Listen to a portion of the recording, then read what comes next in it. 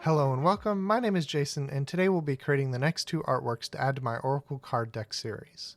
If you're not familiar with Oracle cards, these are similar to tarot cards in that they are used in the same ways that you would use traditional tarot cards, except the imagery and the definitions are more so up to the artist's interpretations. So when I was looking into actually creating a deck of cards, I was interested initially in tarot cards, but I felt very restricted in the actual imagery that was supposed to be on each individual card. So when I was doing a lot of research, I found out about Oracle cards and really got into them just for the artwork alone, really.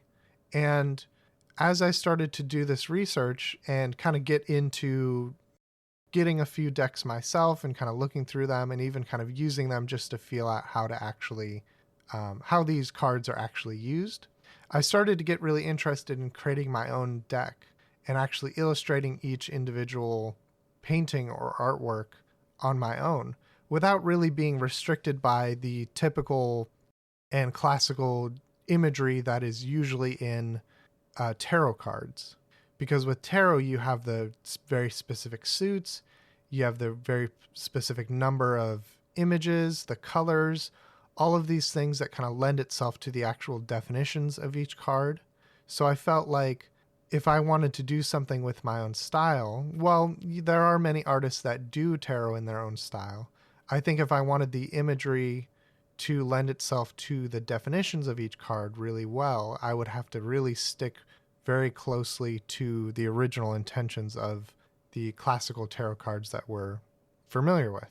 So with that, I kind of branched out and was looking into these Oracle cards and found that a lot of artists really lean pretty far away from the traditional tarot and make up their own definitions, make up their own use cases, and really have fun with their own imagery. And that was something that I really was drawn to, was just the ability to create without having those limitations. And I know oftentimes limitations in artwork can kind of spark a lot of creativity. And I know for me, sometimes when I have a particular set of limitations, like, oh, I'm working on a small canvas, working on these miniatures that I was doing in the last two videos, those really helped me kind of push past a lot of the creative block because I was locked into a particular limited range. But for these, I really wanted to have a lot more open nature to it. I feel like with my artwork, I like to explore a lot of ideas and a lot of different concepts. So I wanted to really branch out and try a lot of new things, maybe try some new ideas, and not really feel limited to how tarot is supposed to be. So with this series, I was trying to experiment with some new ideas and new concepts while still leaning on some of my favorite things. Of course, painting particularly animals, but I was trying out a lot of these different kind of backgrounds with the watercolor, splashing around the different colors and getting these interesting textures for the background. And because I've been recently using the Holbein acrylic gouache, I was able to layer on top of that watercolor really easily because I was getting a permanent layer with the basically acrylic that I was putting on top of this watercolor. If I were to use gouache, I would probably have some of a harder time getting it to actually not pick up as I was painting over the top. And I probably would have done a little more of a painted around the actual subject a little more and not been as kind of messy with what I was doing over the top. I might have also even taped off the subject and had it like masked off with some like masking fluid or maybe just some tape. But I found that just kind of going over, having the ability to just go over the top of the subject with the watercolor and really be super messy with how the background was created, I found that to be a lot easier and a lot more fun, and it didn't create that weird like sticker effect when you get like those really hard edges around the side of things as you're like taping things off and getting the edges sort of, you know, a lot sharper because the watercolor kind of ends very abruptly where the mask is supposed to be. So I got a nice effect that I feel like things kind of just blended together really well. They were incorporated together to look really nice. And yeah, I just really like the background here, created with just kind of splashing colors around the paper, initially putting a wet coat of water over the top of the paper, and then going through and just kind of splashing that color on top of the paper and letting it kind of run around and spread out. And it's usually called a wet and wet wash, where you're applying wet paint into a wet surface that allows it to do that really cool effect where it spreads out. And some people actually use like salt and sprinkle some salt in the paint, and it kind of soaks up some of the water and creates these really kind of cool like star effects. And I might try that for a future painting, but I wasn't sure this one particularly needed it. But that was something that I was thinking about trying at some point. But yeah, for these cards, I've been really kind of pushing myself to work on this project a little bit more. And there is a side of this project that I'm hoping to reveal a little bit later, kind of an additional aspect to the Oracle cards, because I want to make this as a complete deck, shooting for maybe 44 cards at first. I could potentially go above that a little bit later, but I want to at least shoot for 44 cards, and then we'll really see where that goes from there and what other kind of ideas spring from it. But for now, I'm really just kind of pushing myself to get this project done, because it's been a while since I've had this idea, and I've really struggled to, feel like I'm at that point where I'm really good enough to actually start this project, like worrying that in the future I'm probably going to be better at art in the future because I'm practicing and constantly creating. Feel like, why should I start now if I know I'm going to get better in the future? But it's really about just getting something done, like not being afraid of failure or afraid of making mistakes or feeling like I'm not good at this point. Like, I need to really just push past that and really get something done. And I think for me, that has been a struggle for a long time, is that bigger kind of fear of failure that has been so hard to get around and actually manage. And so the biggest part of that is to just kind of push through and actually make something, just make something. Like, even if I'm not going to commit to having these particular artworks as final cards, I'm at least in the process of working on this project that I've been putting off for a long time, that I've had this idea for so long, but it's taken me a while to get to the point where I can actually jump in and say, like, look, like, I actually made something. I'm actually making progress on this particular piece. I think a hard part too is that I have a lot of ideas and a lot of projects that I want to work on. And oftentimes some projects can get in the way of others. They can get in the way of working on artworks for galleries. And I've had a hard time like balancing a lot of these different ideas and these different projects. But I know for me, it's about kind of following the motivation, like following what I have energy to work on in the moment. Because I know if I were to kind of push myself to work on something when I'm really not in that mind space to do something, I'm really going to dislike what I'm working on. And that was a really big revelation for me to figure something like that out, because it got me into being okay with just working on what I have the motivation to, even if I'm just kind of jumping from project to project. I'm still working on stuff. I'm still bettering my art skills and my learning and my art journey by working on all of these creative projects. And that's perfectly okay. It just means that I'm, jumping around and working on things at different paces. And I find that to be perfectly okay with like how I want to create and do the things that I want to do. And I'd rather not be miserable just kind of trying to work on things that I really just don't have the motivation to work on. So that was something that was really important for me to kind of realize. So with the imagery for these Oracle cards, I was having some trouble actually figuring out what I wanted to have on each card.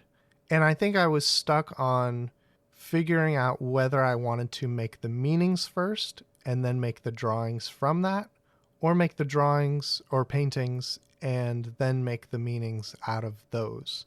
And so I was really hung up on which process to actually go forward with, to the point where I started doing kind of both. Like, I started making a list of definitions, a list of imagery, and then I tried to make the artwork out of that. And I really didn't like that kind of process. I felt like that was a little clunky. And I feel like what I found was with these two images that you're seeing me work on, I was really just letting my mind kind of go and creating the images out of what I was just thinking at the moment. Looking up, some reference photos, kind of thinking about certain objects or certain imagery I wanted in the scene, but really just like letting my mind kind of wander and think of random imagery or ideas or concepts, and not really focus too heavily on, well, I need this card to mean this particular meaning, so I'm going to create this out of these meanings, and really like section off what each individual card would mean. And I know that might not be the best way to approach this process. And for these initial few paintings, I'm not super worried about, whether these are going to make it into the final print. But I did want to at least get myself into actually creating some of these paintings. And the best way of doing that was to actually just start.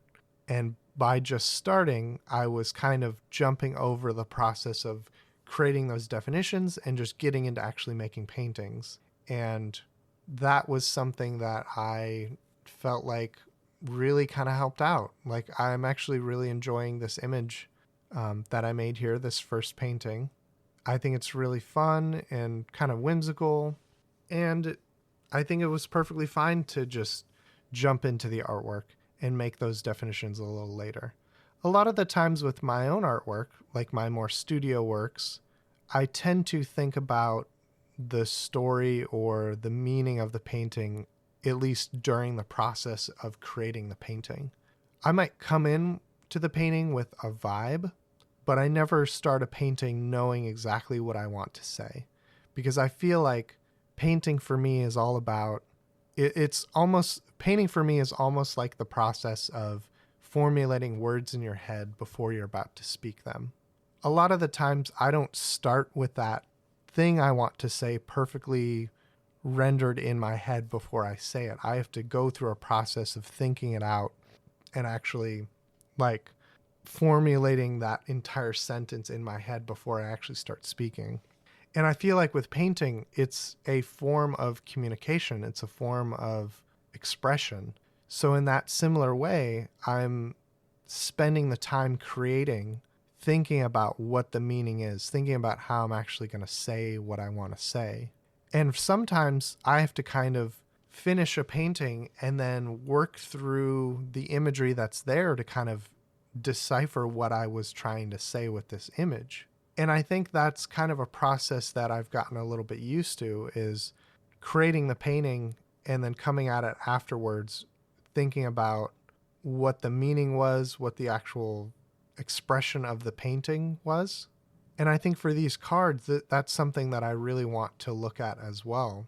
I really want to embrace that definition after artwork or through artwork kind of process, because I feel like it's a little unnatural to the way that I operate to start with definitions and then formulate an image after from those definitions. It feels much more natural to start with artwork and then make the definitions. Now, this might cause some issues a little bit down the road. Maybe if I were to have images that would have overlapping meanings or too similar of meanings. And that's where the process of maybe going back and making a new painting or maybe differentiating the artworks a little bit more. And that might kind of come into play a little bit later once I start to really build up the body of this work. But I think that was important to me in this process of creating these cards, was to really lean on what I'm familiar with in terms of creating artworks and the meanings behind them. So at this point, you've seen me finish the first painting the second card in this series, and now I'm starting to work on the third card. Now, for these initial cards, I'm still in that process of thinking about what the actual meanings are going to be, but I'm starting with the vibe of what I'm going for, and then thinking of words that kind of relate to that meaning. I might not necessarily have a completely written out full description of exactly what this card means with like a story or like an entire like couple paragraphs of like the breakdown of this entire painting. I don't think I can get that deep, at least at this moment. That might take a little bit of some introspection and like actual thought to put behind these. But at least for now, I wanted to break it down into some kind of small words that fit this vibe that I'm thinking of. And for that first painting, I was thinking a lot about how the hummingbird was kind of carrying the plants, maybe even taking care of it. So I was thinking a lot about like support and growth. And then for this one, I was thinking about like this butterfly who had just emerged from the chrysalis and has these like mushrooms growing from it.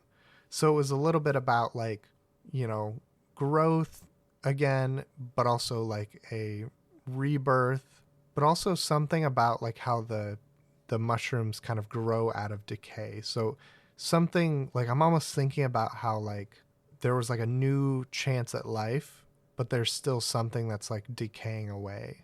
So I really just have these vibes initially.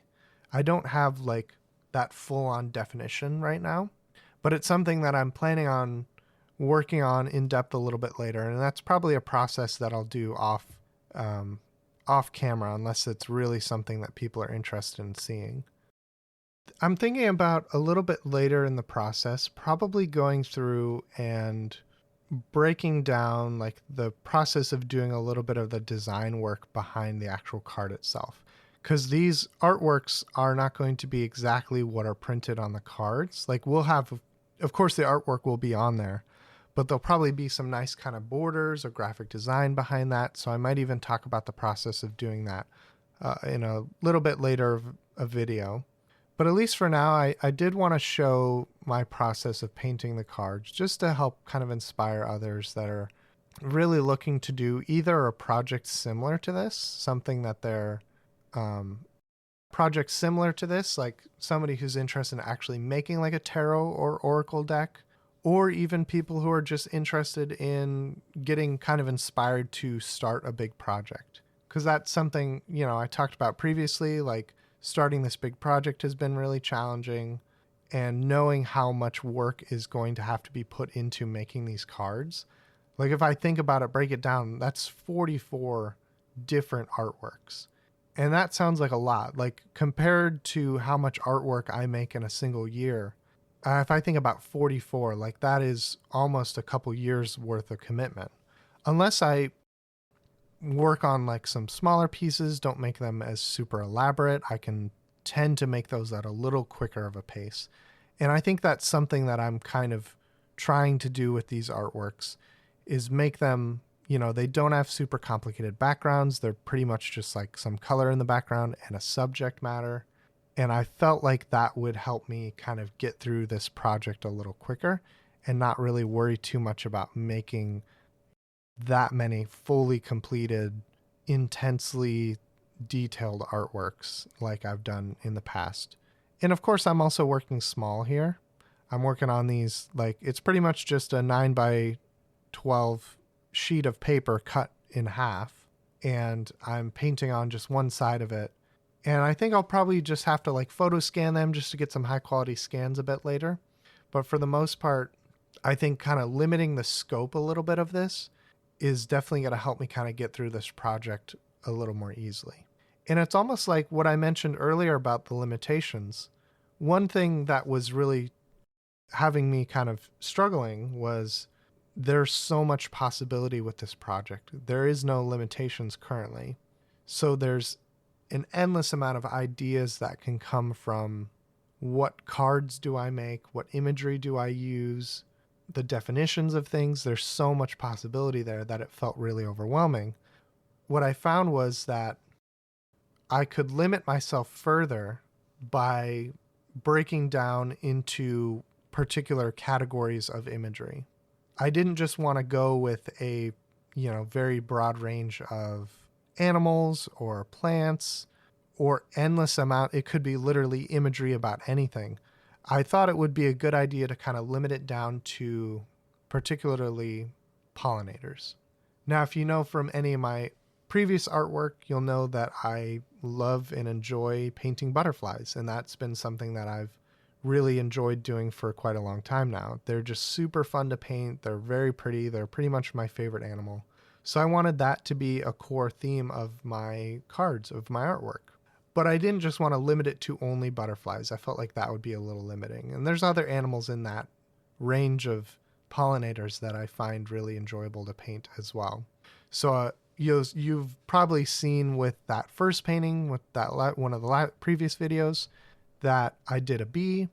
The last painting was a hummingbird, and now this one here that I'm finishing up is a monarch butterfly.